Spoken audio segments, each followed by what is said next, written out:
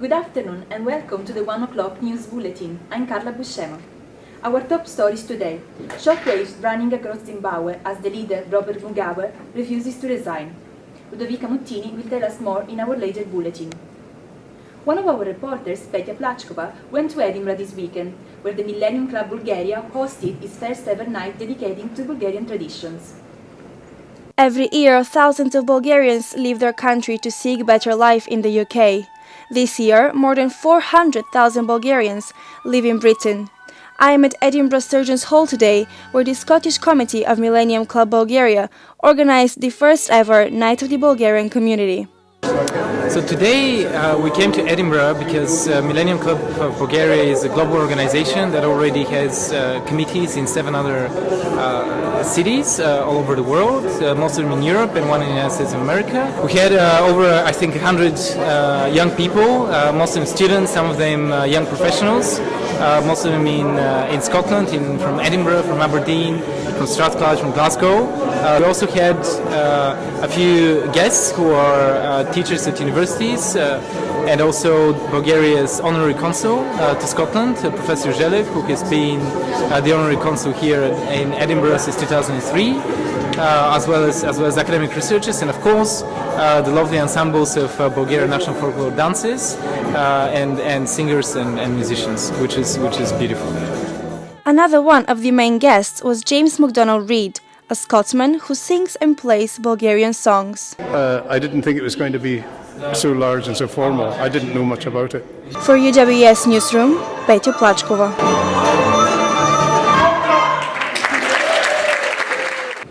Thanks, Petja.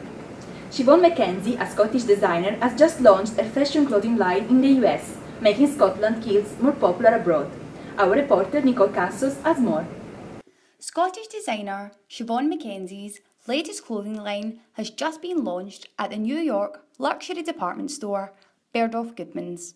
Her Scottish-inspired line will now be available alongside key designer brands such as Prada and Dior. My brand was inspired by my Highland roots and the history behind the Clan Mackenzie, so I wanted to kind of reinvent the kilt, Scottish dress, into a more contemporary and modern style. I would say develop your own niche style. I think that's what's worked for me, is that I've developed something that hasn't been done before, and so I've been very fortunate to get press on it because it's different. She stresses that fashion designers must work extremely hard to receive positive results. It's very difficult. I think it's just a longevity game. You need to be prepared to keep working and be persistent. You can't just assume it's going to happen overnight. You need to just kind of keep working at it, keep making contacts, meet other designers, other people within the industry, and just keep building your network. Nicole Castles, UWS News. Thanks, Nicole. The Illuminati event in Kilmarnock ended just yesterday. It was a great success for the park. We spoke about it with Anneke Friel, the countryside service manager in East Ayrshire, and here is what she said. Illuminate is a fire and light festival that we're holding here at Castle Country Park from the 26th of October to the 19th of November. It's a festival to celebrate all of the changes we've made at the country park. We hope you have an enjoyable It's been much better than we expected it to be. We've had 32,000 people through so far, with another 5 days still to go, and we've had positive feedback throughout. Really excited about such a big event in Kilmarnock for the first time ever, so it's been really good, fantastic. And as Christmas approaches, our reporter Susanna Martinkova was around Ayrshire and Edinburgh to see how people are starting celebrations. We will have a full report on this at 3:30. And now into sports. Thank you, Carla. Goals from David Templeton and Darren Lyon gave Hamilton Academical their first win over Rangers at Ibrox in 91 years. The last time Accies left Govan with maximum points, the Greek Football Federation had just been formed and Huddersfield Town claimed the English First Division title.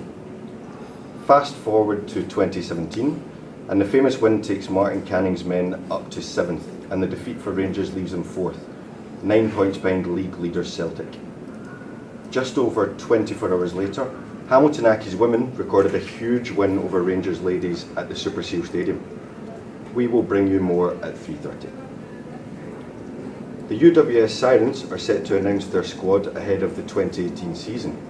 Scotland's only professional netball team finished 6th last season and now backed by the University of the West of Scotland are preparing for the new season.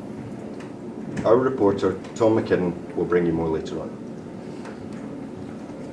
Mixed martial artist Neil Laird has launched a new MMA team, Ayrshire Hit Squad. The Englishman has a professional record of 3 wins and 5 losses and is based his new gym in Kilmarnock. Jamie Glover will have more in the next bulletin. Tony Pulis has become the latest manager to be sacked in the English Premier League, the Welshman dismissed by West Brom after a poor run of results. He becomes the 5th manager to be replaced this season. Early favourites to replace the 59-year-old are Northern Ireland boss Mike O'Neill and Aberdeen boss and ex-Baggies midfielder Derek McInnes. And finally, last night, Glasgow Warriors announced that Scotland international Finn Russell will leave the club at the end of the season. Rumours suggest that the fly half is set for a big money move to France, with Racing Metro and Montpellier leading the way for the 25-year-old signature. Thanks, Chris. That is everything from us here at UWS Newsroom. Tune in again at 3:30 for more updates. I'm Carla Buscema. Good afternoon.